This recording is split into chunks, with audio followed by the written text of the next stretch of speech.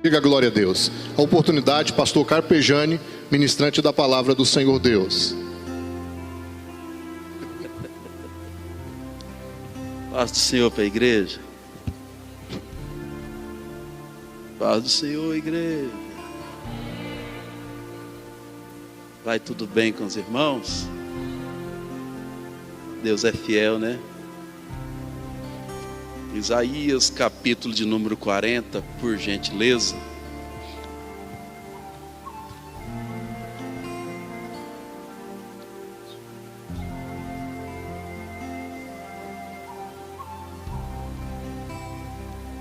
Pastor Valdir pegou um resfriado e aí falou assim, ó, vai preparado que se eu não der conta de ir, você ministra. E é melhor obedecer do que sacrificar, né? Nós estamos aqui com muito temor para ministrar a poderosa palavra de Deus. Isaías capítulo de número 40, a partir do verso de número 28. Isaías capítulo de número 40, a partir do versículo de número 28. Diz assim a palavra do Senhor: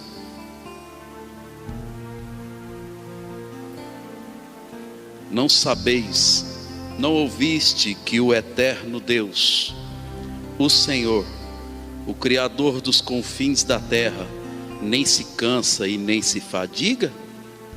Não há esquadriação do seu entendimento.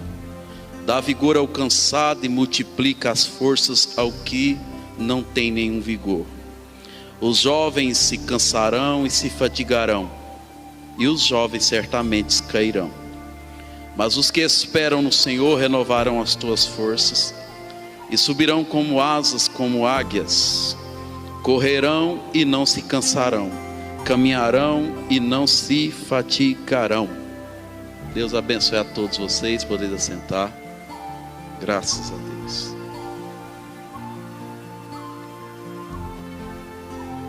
A primeira aula enviada pela sede a todas as congregações, redigida pelo pastor Enoque e revisada pelo bispo Eide José do Carmo, tem como tema a primeira aula a igreja, sua natureza e a necessidade constante de revigoramento. A igreja, vírgula, sua natureza e a necessidade de constante revigoramento. Vamos tentar falar de uma forma bem gostosa e prazerosa sobre esse tema, para não ser cansativo, porque quando dão tempo para o ensino, se não for bom, cansa, né? Então vamos aqui para a palavra de Deus. Primeira coisa que pede a apostila é que nós reconhecemos que somos do Senhor. Meus irmãos, o texto que nós acabamos de ler do livro de Isaías relata algo muito forte. Mas para chegar neste forte, precisamos de voltar a alguns capítulos do mesmo livro de Isaías para entendermos a seriedade daquilo que nós acabamos de ler. Primeiro, no capítulo de número 1, a partir do verso 1 de número 1 do livro de Isaías, você vai encontrar um homem que foi constituído por Deus a profeta. Por quem que ele foi constituído? Por Deus. Ele foi constituído por Deus a ser o quê? Profeta. Participem comigo que dá certo. Ele foi constituído por Deus para ser um profeta. O profeta é aquele que recebe algo da parte de Deus para entregar para o ser humano. Entenda-se que todo aquele que tem uma mensagem de Deus para entregar, este homem é um profeta.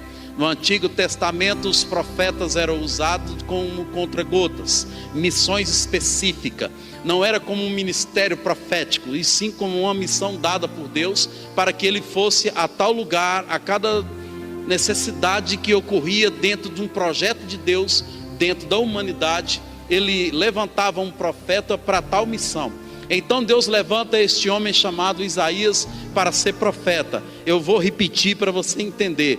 Deus é quem levantou Isaías para ser profeta. Se você continuar lendo o capítulo de número 2, você vai encontrar o capítulo 3, o 4, o 5, até chegar no capítulo de número 6, vocês vão encontrar um homem de Deus, consagrado por Deus, mas que estava fazendo aquilo que não era de Deus. Era consagrado por Deus, levantado por Deus, mas não fazia aquilo que era de Deus. Isso é muito perigoso e, porém, necessário se falar para nós atentarmos para este mal que circula a humanidade. Esses dias eu perguntei para uma certa classe de alunos: me mostrem na Bíblia Sagrada onde foi que Deus criou demônios. Porque no princípio de Gênesis você vai encontrar Deus criando todas as coisas, mas você não encontra nenhum versículo falando: e Deus criou os demônios. Eu quero que vocês entendam que Deus nunca criou demônios. Ele criou um lugar perfeito, em estado perfeito, para que tudo fosse perfeito. Essa sempre foi a vontade de Deus para com o seu projeto, que fosse tudo perfeito. Mas se tem algo interessante a se observar nisso tudo, é que Deus deu ao homem, e tanto ao homem como também aos anjos, o livre-arbítrio. Deus não escraviza ninguém. Então toda a história bíblica você pode perceber os conflitos de pessoas e anjos que se levantaram contra Deus, porque eles quiseram, porque eles decidiram se levantar contra Deus. E quando se levanta contra Deus, há uma catástrofe preeminente que acontece na história da humanidade. E esta vem com a queda de Lúcifer, que ele mesmo decidiu no coração dele se levantar contra Deus e derrubar o trono de Jesus Cristo. Uma loucura, derrubar o trono do Filho de Deus. Ele propôs no coração dele. Ele não foi criado para ser demônio, ele foi criado para ser um anjo de luz. E vocês sabem muito bem que Lúcifer, ele emanava a luz que iluminava a primeira terra de Gênesis capítulo 1, versículo 1, que no capítulo de número 1, versículo 9, Deus cria a terra novamente, porque em Apocalipse capítulo 7, versículo de número 12, houve uma guerra no céu, e aquela guerra foi acontecida no segundo céu, aonde o anjo Miguel, junto com os anjos com a autoridade reforçada da parte de Deus, expulsa Lúcifer do lugar perfeito para a direção da terra, como se fossem meteoros conflitando com a terra. Essa terra de Gênesis capítulo 1, versículo 1, que foi destruída, tornando-se, conforme Ezequiel relata e também Isaías, uma terra sem forma e vazia, caótica, sem existência. Então observa, irmãos, que o mal aconteceu no lugar do bem. Nunca o mal foi criado por Deus. O mal se revelou dentro do livre-arbítrio de um anjo. O mal se revelou dentro da própria decisão de um anjo de querer ser mal. E por ele querer ser mal, ele virou um demônio. Ele optou-se agora em perturbar aquilo que é sagrado por tempos e tempos, porque ele sabe que pouco tempo resta a ele. Quando se trata de pouco tempo resta a ele, conforme o anjo revelado ao Apocalipse ele relata: ai daqueles que habitam na terra e nas proximidades do mar, porque o diabo foi lançado até vós com grande fúria, sabendo que pouco tempo lhe resta. Precisa de uma exegese perfeita do texto, onde a Bíblia interpreta a Bíblia, para esclarecer isso aqui, para que vocês entendam que quem está falando que pouco tempo resta, está falando da eternidade. Quando se trata de eternidade, o tempo é como se perdesse o valor. Nós entendemos, porque nós somos limitados a tempo e a espaço, mas servimos a um Deus transcendente que nunca foi limitado a tempo e muito menos a espaço. Então quando você interpreta a Bíblia dentro de sua base humana, você às vezes falha no sentido de entender que o texto está te chamando para a realidade de uma eternidade. É por isso que você entende que está escrito no livro de Hebreus, que fala um pouquinho de tempo e o que há de vir virá e nunca tardará. Em que anos atrás foi escrito o livro de Hebreus? Parece que passa muitos anos, 1500, 1800 a 2000 anos que o livro de Hebreus foi escrito. Parece que sim, e parece então que esta palavra ela não tem significado, porque quem escreveu Hebreus disse: olha, preste atenção, é só mais um pouquinho de tempo e o que há de vir não tardará. Mas se você olhar pelo contexto do tempo que foi escrito, parece que não tem valor. Mas quem estava falando o texto de Hebreus estava com os olhos enxergados na eternidade. Ele não via que o tempo que nós somos limitados, ele estava vendo na eternidade. Por isso que ele falou: falta pouco tempo. Quando se trata de eternidade, 1000 anos não é nada. Por isso é que Deus falou que um dia para Deus é como? E 1000 anos para Deus é como o quê? Um dia. E depois que o homem peca, seca diante da eternidade. Ele não conseguiu viver um dia sequer na presença de Deus, porque o homem que viveu mais tempo foi Matusalém e não chegou a alcançar a 1000 anos de vida, viveu 900 e algumas coisas. Não conseguiu completar um dia de ciclo na presença de Deus depois da queda do homem, depois da maldade do homem. Não conseguiu, porque um dia para Deus é como 1000 anos, e 1000 anos para Deus é como um dia. Então este mal que existe, irmão, ele foi criado por próprias decisões de anjos e pessoas. Observa-se que no texto do que nós lemos no capítulo 40 de Isaías, voltando aqui agora no capítulo de número 6, antes do capítulo 6, você vai encontrar um profeta, um homem consagrado, que ele tinha uma leve mania de ficar preocupado com a vida dos outros. Era um homem que carregava a responsabilidade profética de Deus, que carregava o livro, irmão Divino Edésio, da revelação de Deus debaixo do braço, mas que as suas atitudes não condiziam com aquilo para qual ele foi chamado, para ser um representante de Deus na terra e anunciar a palavra profética que Deus tinha para a nação de Judá e Israel, como um profeta que Deus queria que ele fosse. E nos capítulos iniciais você encontra um profeta dizendo: ai do fulano que faz aquilo, ai do ciclano que fez aquilo. É típico do mal que acontece nos dias de hoje. Deixa eu te explicar um negócio. A palavra difamador no grego significa Satanás. Toda vez que eu falo mal da vida de alguém, eu assumo o caráter de Satanás aqui na terra. Fica a dica, porque que talvez você não está entendendo o que está acontecendo em certas vidas espirituais por aí, que carrega o livro da revelação, que tem a unção, que diz que tem a unção de Deus na tua vida, mas que as coisas não rompem, o crescimento não chega, a prosperidade não vai, não cresce. Sabe por quê? Porque existem princípios bíblicos que, quando eles são quebrados, eles travam, esperando voltar ao ponto de origem de onde foi quebrado e retratar, para que Deus possa cumprir com a palavra dele e honrar a tua vida. Isso é fato. Então pare em nome de Jesus Cristo. O ano de 2021 está aí tudo novo acontecendo. Então entre para dentro do ano de 2021. Se é para falar de alguém, a Bíblia até dá base para você falar de alguém, mas desde que seja com o princípio da empatia, de colocar no lugar de quem tu está falando e sentir a dor e a miséria dele, para ajudar o que ele está passando. Não, mas quando eu sento para difamar alguém com maldades, um veneno na minha língua, eu assumo o caráter do demônio, porque difamador no grego significa Satanás. O profeta Isaías estava carregando uma maldade imensa nos teus lábios. Ele estava falando mal da igreja, falando mal dos irmãos, falando mal de quem congregava, do que jeito que vinha, da roupa que vestia, do cabelo que estava, e ficava falando de tudo. Mas um certo dia, diz o texto no capítulo 6, que num dia do reinado do rei Uzias, eu vi, observa, agora está no singular, eu vi, agora era o profeta. O que ele viu? Eu vi Deus assentado sobre um trono, e tinha uns querubins lá com 6 asas, que tampava parte do seu corpo e deixava somente o abdômen para ser visto. E quando eu vi o Senhor, eu disse: ai de mim, que sou um homem pecador. Presta atenção. Enquanto eu estou difamando a vida de alguém, eu assumo o caráter do Satanás. Mas quando eu tenho um encontro com Deus, a primeira pessoa que eu vou olhar os defeitos é a mim mesmo. É a mim mesmo. A Bíblia diz no texto de Coríntios, quando nós tratamos da ceia do Senhor, ele deixa bem claro: examine-se, pois, o homem a quem? Se tem uma vida que você precisa de preocupar nessa noite, é com a sua. É com a sua. Para que nós entendamos o processo de ser uma igreja revigorada, renovada, cheia da presença do Pai, porque se tem uma coisa que Deus quer, é te usar mais do que você quer ser usado por Ele. Isto é fato, e mostro para você no Antigo Testamento, quando Deus visita através do profeta a casa de uma viúva, e quando ele chega lá na casa daquela viúva, ele pergunta para ela: o que tu tens em casa? Ela disse: eu não tenho nada. Minha filha, você não tem nada? Não tenho nada, a não ser um restinho de azeite na botija.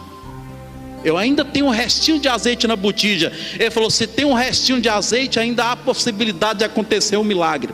Porque dentro da paracletologia, uma das matérias sublimes que eu gosto de estudar, a da pessoa do Espírito Santo de Deus, a presença do Espírito é representada pelo azeite. A botija pode representar o vaso, o humano, aquilo que é formado para receber o azeite da parte de Deus dentro. Mas se o vaso está com um pouquinho de azeite, ainda há esperança, porque o Espírito Santo ainda está habitando ali dentro. E aí o profeta vira para aquela mulher e fala, vai à casa dos seus vizinhos, minha filha, e busca bastante vaso e não poucos. E eu mostro para vocês que a oração do Pai Nosso, ela foi feita primeiramente, irmão Alessandro, no Antigo Testamento e depois revelada no Novo Testamento pelo próprio Deus, pelo próprio Cristo. Quando a irmã chega lá com os vasos, a viúva chega com os vasos, ele fala para ela, agora você entra para a tua casa em secreto, e em secreto o milagre vai acontecer. A oração do Pai Nosso, a oração do Pai Nosso, ela nos dá uma esperança de entendermos que por mais que esteja doendo uma ferida que me fizeram ou que eu causei com minhas próprias mãos, eu não preciso de sair falando e difamando nada. Eu vou entrar para o meu quarto em secreto e o Deus que está em secreto vai ouvir a tua oração. Tão simples e libertador, e traz vida e prosperidade na alma de quem consegue praticar. Então observe-se que a mulher entra para dentro da casa e começa. A parte de Deus era fazer o milagre, o azeite. A parte do humano era aparecer com vaso. Enquanto tinha vaso, estava derramando azeite. Passa o primeiro vaso, o azeite enche. Passa o segundo, o azeite está enchendo o vaso. Passa o terceiro, quarto, quinto, sexto. E vai passando vaso, irmão Alessandro. Não para não. De repente a mãe grita para os meninos, me traz mais vaso, meus filhos. Aí observa-se a interrupção do azeite para por intermédio do humano e não por intermédio de Deus. Observa-se que o humano fala, mãe, não tem mais vaso. O azeite parou na hora. O azeite parou na hora. O que eu aprendo com isso, irmão Samuel? Que enquanto tiver vasos na igreja que entende o processo de que falar de ninguém nunca mais em nome de Jesus, nós teremos a unção da parte de Deus para revigorar as nossas forças. Enquanto tiver um vaso que está disponível, tem azeite da parte de Deus para encher este vaso. Então o profeta Isaías, quando ele encontra com Deus, ele fala, olha, eu tenho até um título nobre na minha responsabilidade profética. Eu carrego até esse ministério que Deus deu para mim. Mas eu quero dizer para vocês o seguinte, que eu só comecei a ser profeta de verdade, assim diz Isaías, quando ele viu o Senhor assentado no trono. Em nome de Jesus Cristo, eu quero que vocês entendam esse mistério. Deus está querendo que você encontre com Ele, para Ele tirar todas as mazelas do nosso caráter, para que nós sejamos uma igreja revigorada e cheia do Espírito Santo de Deus. Meus irmãos, reconhecemos que nós somos do Senhor. No capítulo de número 40, a partir do verso 28 que nós lemos, fala sobre o poder do Deus que não se cansa. Mas no capítulo 40, para mim, a partir do primeiro versículo, você encontra Deus deixando bem claro, para que a nação entendesse, para que a igreja entendesse que nós somos dele. Ele fala no capítulo 40, versículo de número 1, dizendo, discipulai o meu povo, ensinai o meu povo, ajudai o meu povo. Essa é a função que Deus queria do profeta. Ensina o meu povo, discipula o meu povo, educa o meu povo. Mas deixou bem claro que ele estava chamando de meu povo. Um dia Jesus Cristo, Deus e Espírito Santo, em sua sublime soberania, eles começam a conversar com um personagem muito desagradável. E ele chega diante de Satanás e fala, Satanás, observaste o meu servo. Eu preciso do meio desta caminhada entender que eu sou do Senhor. Se você não conseguir entender que você é do Senhor, o cristianismo perde a essência, porque Paulo falou que aquele que quer aproximar de Deus precisa de crer que Ele existe, e ainda mais, e que é galardoador daqueles que o buscam. para mim entender este mistério, eu preciso de saber que eu sou do Senhor. E quando Deus fala para Satanás: observaste o meu servo Jó, homem reto, íntegro, temente a Deus e que faz questão de desviar do mal. Satanás, ele fala para Deus: ele é rico, ele é rico, é fácil de servir no meio da riqueza. Vai lá e toca na riqueza dele. Satanás foi lá e tirou a riqueza de Jó. Passa-se os tempos, Jó continua fiel. E aí, Satanás, observaste lá? O homem tem uma saúde de touro, é fácil de servir, sadio. Vai lá e toca na saúde daquele homem, mas não toque na sua alma. Pode tocar no corpo dele, mas não toque na alma. Paulo um dia deixou bem claro, ele falou: o viver para mim é Cristo. Alguns anos atrás eu fazia um trabalho no Hospital Araújo Jorge, visitando gente que eu não conheço, mas meu Deus, era tenso. Era tenso. E lá naquele hospital, a gente passava por portas, e gente dentro do leito pegava nós pelos braços e falava: pelo amor de Deus, ore pelo meu parente. Algumas vezes eu deparei com pessoas que ainda davam conta de falar, e aí a gente já chegava tenso, apreensivo com a situação. E quando chegava diante daquelas pessoas e falava baixinho, com ética, dentro de hospital, e ouvia elas falar, saía de dentro daquele quarto renovado, irmão Feitosa, pastor Feitosa. Saía renovado. Mas que mistério é esse? Entrava preocupado, angustiado, aflito para orar para aquela pessoa, mas eu saía renovado, sorrindo e alegre. E alguém falou: mas o que aconteceu lá dentro? O que aconteceu lá dentro? O cara está morrendo, ele pode morrer a qualquer momento, e você ainda conseguiu sentir alegria? Eu falei: não, porque aquele cara, ele me demonstrou uma fé maior do que a minha, que entrei dentro daquele quarto. Sabe por quê? Porque este corpo, o seu corpo, ele está sujeito a pegar coronavírus, gastrite, hemorragia. O que você achar que existe de enfermidade, o teu corpo está sujeito a pegar. Mas eu quero que vocês entendam que Deus virou para Satanás e falou: Satanás, pode tocar no corpo daquele homem, mas na alma dele você não toca. Porque o princípio bíblico, irmão, é servir a Deus é pela fé e não pelas vistas. Porque se nós servir pelas vistas, tudo que acontecer na terra de negativo vai nos afligir e colocar em estado de depressão gravíssima. Mas quando eu vivo pela fé, eu entendo o mistério. Eu entendo o mistério que Paulo estava querendo explicar para o povo na sua época. Ele estava querendo dizer o seguinte: olha, o corpo nosso está sujeito a tudo, mas existe um mistério na nossa alma, que quem adora a Deus com a alma, Satanás não tem poder de tocar na tua alma, meu irmão.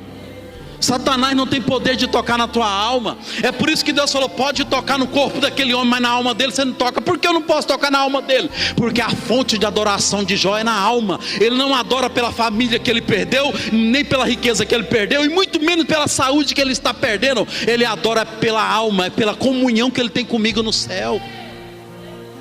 E aí, quando eu saí daquele mistério, daquele hospital, eu entendia o processo daquilo que a Bíblia estava querendo ensinar para nós. Sabe o que é? Esse corpo está cheio de limitações e fraqueza, pode adoecer, pode ir para o leito, pode sofrer, pode chorar, pode tudo, mas enquanto eu estiver nesse corpo, eu ainda estou crendo em Cristo. Mas se a minha alma sair desse corpo, meu Deus, é lucro, porque nós vamos entrar direto no céu. Uma igreja revigorada precisa de entender este mistério, que se você quer viver uma vida plena em novidade de vida diante de Deus, você precisa de parar de fixar os teus olhos demais nesta terra, porque esta terra vai te decepcionar, essa terra vai te frustrar. Essa terra não precisa de esperar a melhora não, meus irmãos. Isto é bíblico, isto é realidade. Não posso vir aqui hoje dar um ensino para vocês do Alice no País das Maravilhas e esconder a realidade do que de fato a Bíblia grita nos textos apocalípticos da revelação escatológica que há de acontecer sobre a terra. Esta terra não vai melhorar. Só vai melhorar quando Jesus Cristo arrebatar a igreja e cumprir-se os textos do milênio, aonde novos céus e nova terra, quando ele vier e transformar essa terra e este céu, aí sim ela vai melhorar. Mas até acontecer o arrebatamento da igreja, não precisa de esperar melhora. Mas para alegrar o teu coração, uma igreja revigorada que sabe que é do Senhor, entende esse mistério que eu vou falar agora. Entende esse mistério, que mesmo fazendo o que aconteceu com Jó, Deus deixou bem claro para Satanás que ele era dele. Isto é a essência do verdadeiro cristianismo. Eu entender que aconteça o que acontecer, eu sou de Deus. Porque eu entendendo isso, eu vou conseguir falar igual Jó. Pode estar a crise que for, pode estar a aflição que for, pode estar a peleja que for, eu vou dizer, eu sei que o meu Redentor está vivo. Por quê? Porque eu sei que eu sou dele. Porque eu sei que eu sou dele. A essência do mistério da palavra é essa. E outra palavra para alegrar o teu coração, que um certo dia Deus visita um servo dele, na pior época da nação de Israel, na época que eles estavam sendo oprimidos pelos medianitas, fora a fome e a miséria que estava dominando a nação, onde prosperidade não era tema de pregação de pregador nenhum daquela época, porque eles não tinham argumento firmes para profetizar numa época de crise, de escassez e de miséria. Como é que profetiza se até o profeta está passando fome? Como é que faz? Irmão Gilmar, o negócio é forte. Mas aí de repente Deus visita o servo dele, que mesmo no meio da peleja ainda estava lutando com aquilo que tinha em mãos. Quem entendeu, diga amém.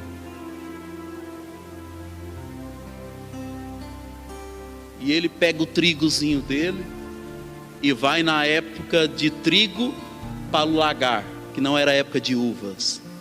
E lá ele amassa o seu trigo. No meio da crise, ele teve atitude. E lá ele trabalhava. De repente começa dentro desse texto de Juízes, Deus visita de forma teofânica, a manifestação de Deus em forma humana. Ele visita este homem chamado Gideão na sua casa. E quando Deus entra na casa daquele homem de Deus, a Bíblia faz questão de me mostrar esse detalhe, e eu quero te falar para você dar glória a Deus, para que vocês entendam o que Deus é capaz de fazer no meio da crise. Eu falei e repito, esta terra não vai melhorar, mas eu quero também dizer para vocês que reconhecem que são do Senhor, que na casa do homem de Deus, na pior crise de Israel, quando Deus entra dentro da casa dele, na mesa dele tinha pão e carne.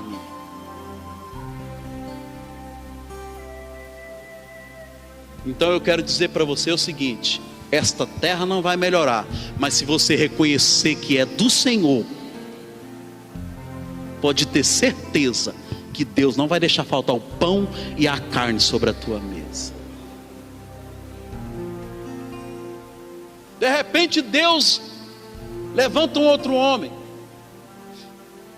e eu quero que vocês me respondam com muita ética na pergunta que eu vou fazer agora. Saulo e Estevão, quem era o errado da história? Quando os dois se encontraram, um não tinha nada de arma a não ser a graça no peito, o outro era líder dos judeus, com a ordem de matar aqueles que estavam pregando o cristianismo.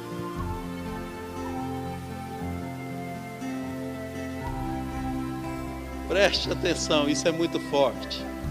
Saulo estava ainda em nome de Deus executar a missão ao qual ele foi chamado para executar.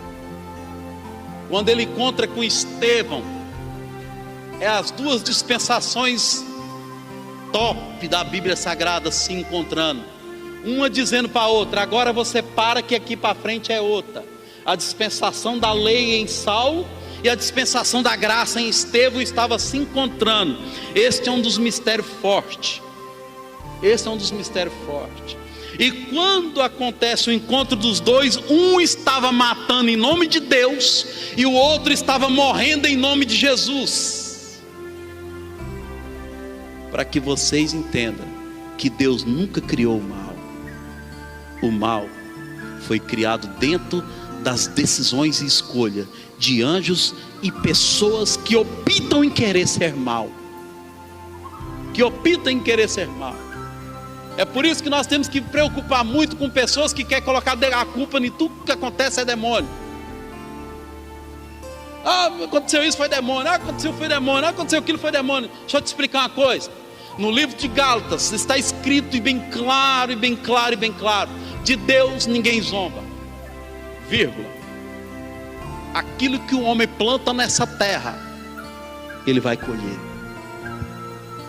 Então cuidado para você não estar colhendo os frutos da tua plantação e ficar jogando a culpa no mundo espiritual como se você fosse vítima do acaso. Isto faz uma reflexão para que eu entenda o processo do que de fato é ser uma igreja revigorada. Eu preciso de olhar aquilo que eu estou plantando nesta vida. Gálatas capítulo de número 6, versículo de número 9: e não cesseis de fazer o bem. Quer plantar alguma coisa? Planta bondade. Porque no seu tempo ceifaremos, se nós não desfalecermos. Porque o texto de Isaías capítulo 40, versículo 28 ao 31, deixa bem claro que há um processo na revigoração, sim, mas mostra também que dentro deste processo há um momento de cansaço.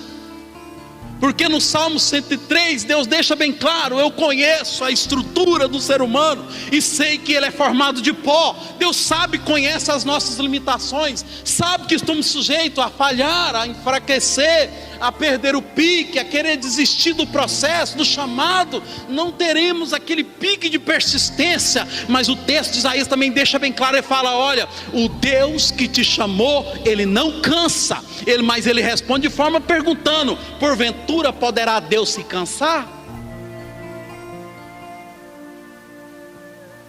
Porque alguém poderia levantar e falar: Carpegiani, mas lá em Gênesis fala que ele descansou. Ele descansou, então ele cansa. Eu vi um pai responder para uma filha, foi aqui na igreja, foi tão rápido. Ela falou: pai, por que você está com esse cabelo branco desse jeito? Aí ele olhou para a filha e falou: culpa sua, minha filha. Para que eu estou te contando isso? Para que vocês entendam, irmãos, para que vocês entendam que Deus, ele não cansa. Ele não cansa. Quando Deus fala em Gênesis que ele descansou, é porque ele estava deixando bem claro para o ser humano. Ele falou: olha, eu fiz isto e você também eu fiz. Agora eu quero dizer para você o seguinte: vocês têm esses dias todos para usufruir e você tem um dia para descansar. É só isso que eu quero deixar bem claro: vocês têm um dia para descansar. Então quando encontra-se o homem Saulo e o homem chamado Estevão, um está indo em nome de Deus e o outro está indo em nome de Cristo, e todos eles achando que estavam fazendo aquilo que era correto. E de fato Estevão morre fazendo aquilo que era correto, e Saulo é advertido a entrar para a dispensação da graça, porque aquilo que ele estava fazendo, que era na dispensação da lei, já estava errado. Por isso que o texto de Gálatas ele deixa bem claro que aquele que vive sob lei vive sobre maldição. Deus estava falando para ele: meu filho, a intenção do teu coração é até nobre, você está querendo fazer em nome do Pai, mas deixa eu dizer uma coisa: a lei acabou, meu filho, entra para a graça, e na graça nós não mata ninguém, nós estamos dispostos a dar a face para outro bater. Se pedir para andar mil milhas, anda 2.000 se for necessário. Essa é a dispensação da graça, é a dispensação da humildade, a dispensação daquilo que alguém chama de bobo. Lembra, não sei se eu contei aqui para vocês, que dentro da VM Fiorino tem corda, tem gasolina, litro de gasolina dentro dela, tem câmara de ar. Nunca usei isso para o meu carro, mas usei várias vezes na rodovia para outras pessoas. E toda vez que eu chego para dar alguma coisa, uma corda para socorrer alguém, ou uma gasolina para alguém, uma câmara de ar, eu falo para eles: sabe quem mandou dar isso para vocês? Esse quem? Jesus Cristo, Filho de Deus. Sabe por quê? Porque é melhor servir do que ser servido. Esse é o princípio da graça. Aí eu falei isso para um crente que eu não entendi ele na hora, mas tadinho, depois me deu pena. Ele falou: nossa, mas você é muito bobo em fazer isso, porque você dá esses trem tudo de graça. A Bíblia diz no livro de Provérbios que aquele que dá aos pobres empresta para Deus.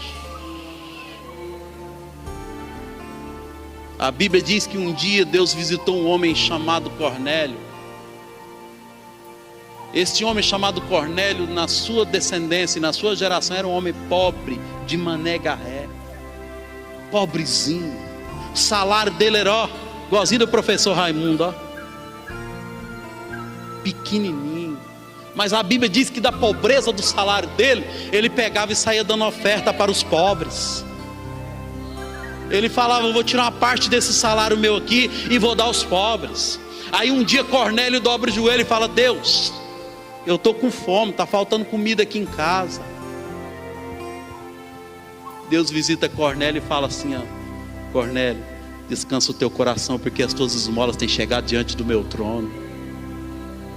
Uma igreja revigorada entende que nós estamos aqui é para servir, mesmo que chame nós de bobo, mesmo que não entende, mesmo que alguém fale: eu não levanto de madrugada para socorrer ninguém. Tá bom, irmão, você ainda vai converter um dia e vai entender o que é o processo de uma igreja revigorada, porque a Bíblia diz, e repito, Gálatas 6, versículo de número 9: e não cesseis de fazer o bem, porque no seu tempo ceifaremos, se nós não desfalecermos. Há uma promessa advinda dos céus para aquele que consegue aplicar o princípio da bondade aqui nesta terra, e somente uma igreja revigorada tem forças para aplicar o princípio da bondade aqui nesta terra. Meus irmãos, e quando acaba de morrer Estevão, a Bíblia diz que as pedras estavam comendo. E eu quero dizer para você o seguinte, segundo o pastor Valdir falou, e segundo os estudos fala, porque o pastor Valdir esteve lá na Palestina, as pedras lá, irmão, não é essas britas zero que a gente compra para fazer aí, não. Quem conhece Tapiocanga sabe o que eu estou falando. É daquele modelo, que as pedronas de jeito assim, parecendo o solo de Marte. Eu nunca fui lá não, mas diz que Marte é cheio de buraquinho, certo? Que as pedronas desse tamanho, cheio de quina ainda. Aí pega uma pedra daquela e começa a mandar num crente que não tinha uma arma sequer, a não ser a força do amor dentro do peito, de acreditar que a pedra machucava o corpo, mas não machucava a alma. A pedra sangrava o corpo, mas não sangrava a alma. É por isso que ele entendia os mistérios do que é ser de Deus, porque ele sabia de fato, porque ele teve um encontro com Cristo. Estevão estava sabendo, falou: agora se eu morrer aqui, meu irmão, o que me espera é o céu. E de fato, quando as pedras estavam machucando o teu corpo, ele olha para o céu e fala: eis que eu vejo o meu Cristo em pé à direita de Deus Pai. Quando eu sei que eu sou de Deus, posso passar o que for nessa terra, que quando chegar a hora da minha morte, Ele vai estar em pé à direita de Deus para me receber nos céus. Uma igreja revigorada tem que ter essa fé, meus irmãos. Tem que ter esta fé. Outra coisa interessante, a igreja que precisa de entender que é de Deus. Outra coisa, a igreja precisa de entender o processo do que de fato é ser igreja. Alguém virou para mim um dia e falou para mim: eu não vou ficar indo em igreja não, porque eu sou a igreja. Ainda batia no peito desse jeito. E eu gosto de olhar dentro do olho da pessoa e pensar, porque se falar ofende. Eu falo: vai nessa tua força, desviado. Mas só na mente. A gente tem que ter ética, não pode falar porque senão ofende, né, Mangu? Mas pensei: vai nessa tua força. Porque a Bíblia diz, na história de um homem, na história de um homem chamado Salomão, que Deus o visita por 2 vezes de forma especial. E na primeira vez que Deus visita um homem chamado Salomão, Deus faz uma pergunta para ele: o que você quer que eu te faça, meu filho?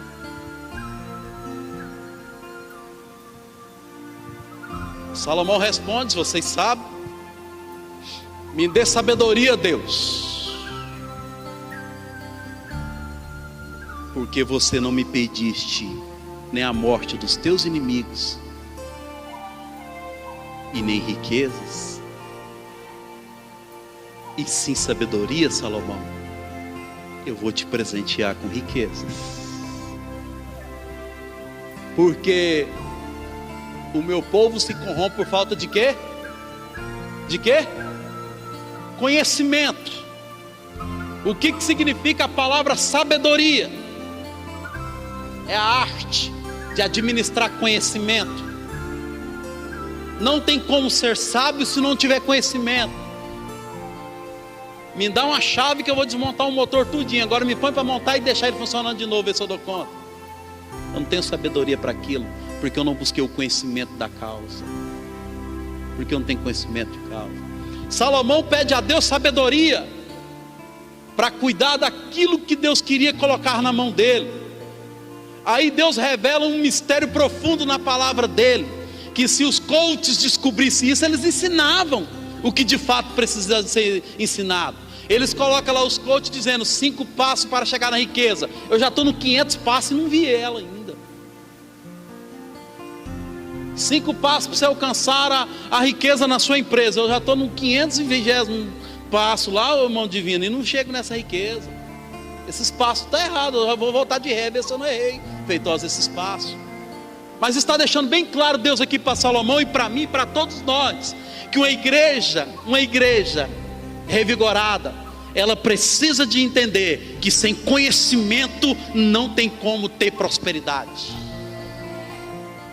Que sem conhecimento não tem como ter prosperidade. Um certo dia, não me tenha por mal o que eu vou te contar agora. Um gatinho saiu correndo atrás de um rato. Eu contei isso, o Amaral achou bom. E foi correndo, e vai daqui, vai aquela peleja, o gato querendo almoçar o ratinho. O ratinho, ó, pum, no buraquinho lá da parede. Passou uns 10, 20 minutos, ele escuta rur, rur, um latido de cachorro.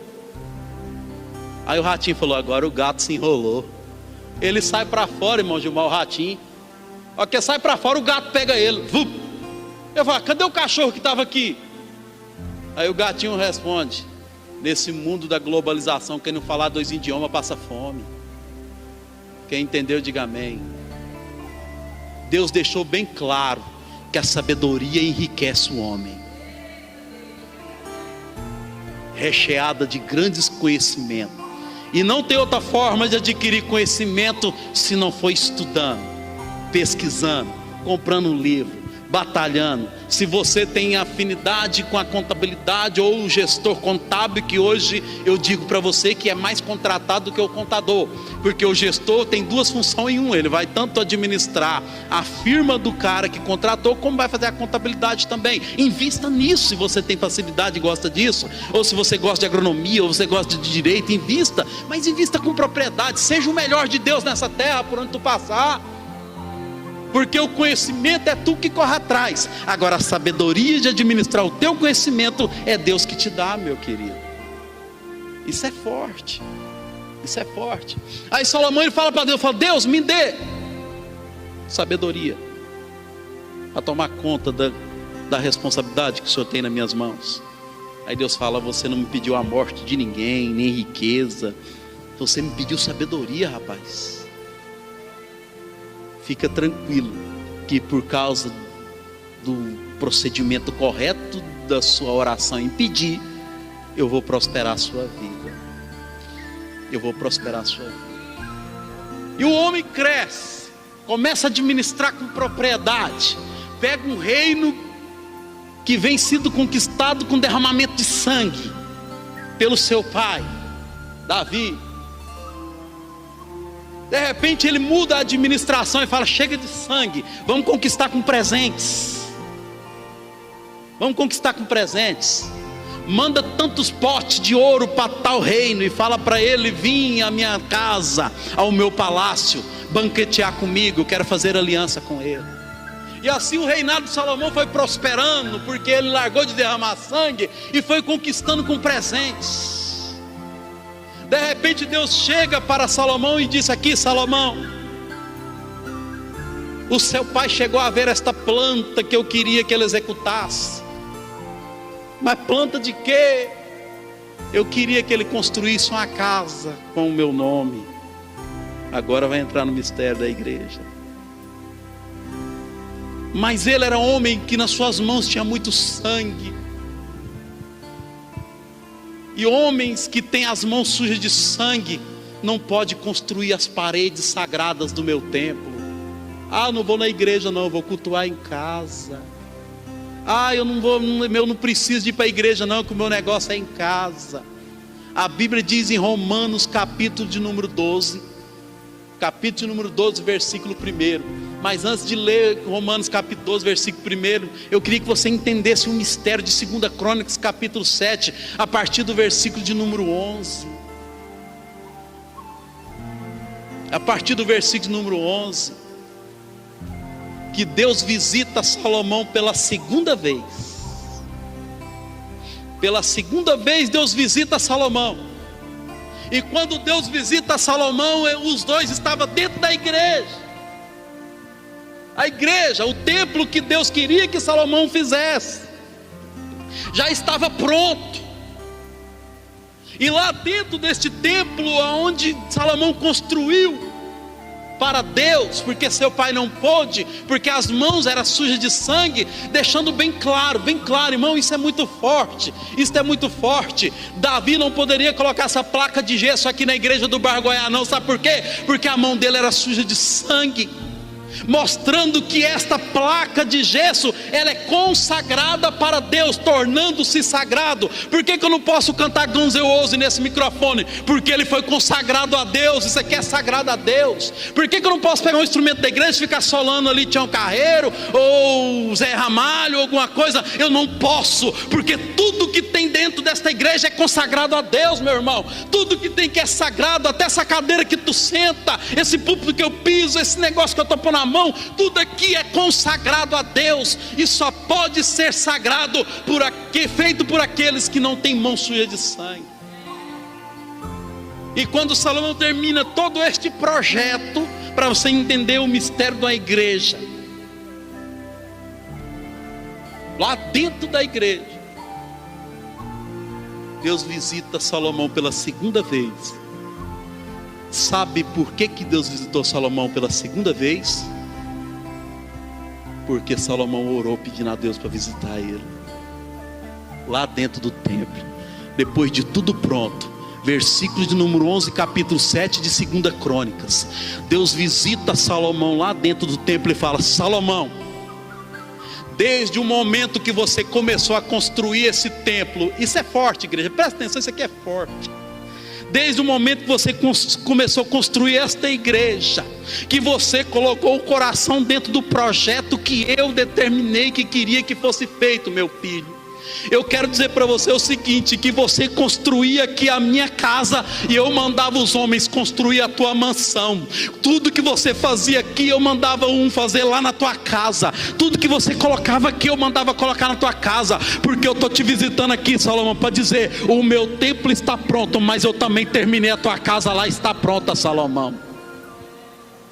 Isso é muito forte para mim entender que uma igreja revigorada entende o que de fato é uma igreja. Uma igreja não é simplesmente concretos, é algo que Deus faz questão para cumprir uma exegese do texto, onde a Bíblia interpreta a própria Bíblia. Romanos capítulo 12, versículo 1: ah, não preciso de ir à igreja, vou cultuar em casa, eu sou a igreja. A Bíblia diz que no versículo de número 12 fala que vocês sacrifiquem neste lugar. Você fala: eu vou trazer um bode para sacrificar aqui. Não, Romanos capítulo 12: para que vocês apresenteis os vossos corpos em sacrifício vivo. Para que eu tenho que vir na igreja? Para apresentar o meu culto como sacrifício vivo diante da presença de Deus. Diante da presença de Deus. E aí Deus continua dizendo para Salomão naquele lugar, dizendo: olha, Salomão, uma igreja revigorada entende que o templo é sagrado. Uma igreja revigorada entende que enquanto ela investe no templo, eu cuido das coisas deles lá na casa deles. Uma igreja revigorada entende também que as pestes podem assolar o mundo por permissão minha, mas eu quero dizer, se o meu povo observa que Deus novamente está chamando a igreja dele de dele, se o meu povo, que se chama pelo meu nome, se humilhar e orar e se converter dos teus maus caminhos, então eu aqui neste lugar, Salomão, é dentro da igreja que esta conversa estava acontecendo, entre o construtor e o dono da construção, entre Deus e Salomão, que Deus deu sabedoria. Naquele lugar, Deus falava com ele: é aqui neste lugar, Salomão, se o meu povo, que se chama pelo meu nome, aqui dentro desta igreja, se converter dos teus maus caminhos, então eu ouvirei dos céus, perdoarei os seus pecados e sararei a tua terra. Quando fala terra, fala do teu caráter, matéria-prima da criação do homem. Por isso que o nomadão no grego significa terra vermelha ou argila vermelha. Deus quer sarar o caráter da igreja, para que a igreja seja uma igreja revigorada, em nome de Jesus. Vamos colocar em pé em nome de Jesus, por favor. É forte. Amaral, eu acho que eu não poderia estar nesse pique todo não, para quem doou sangue, né?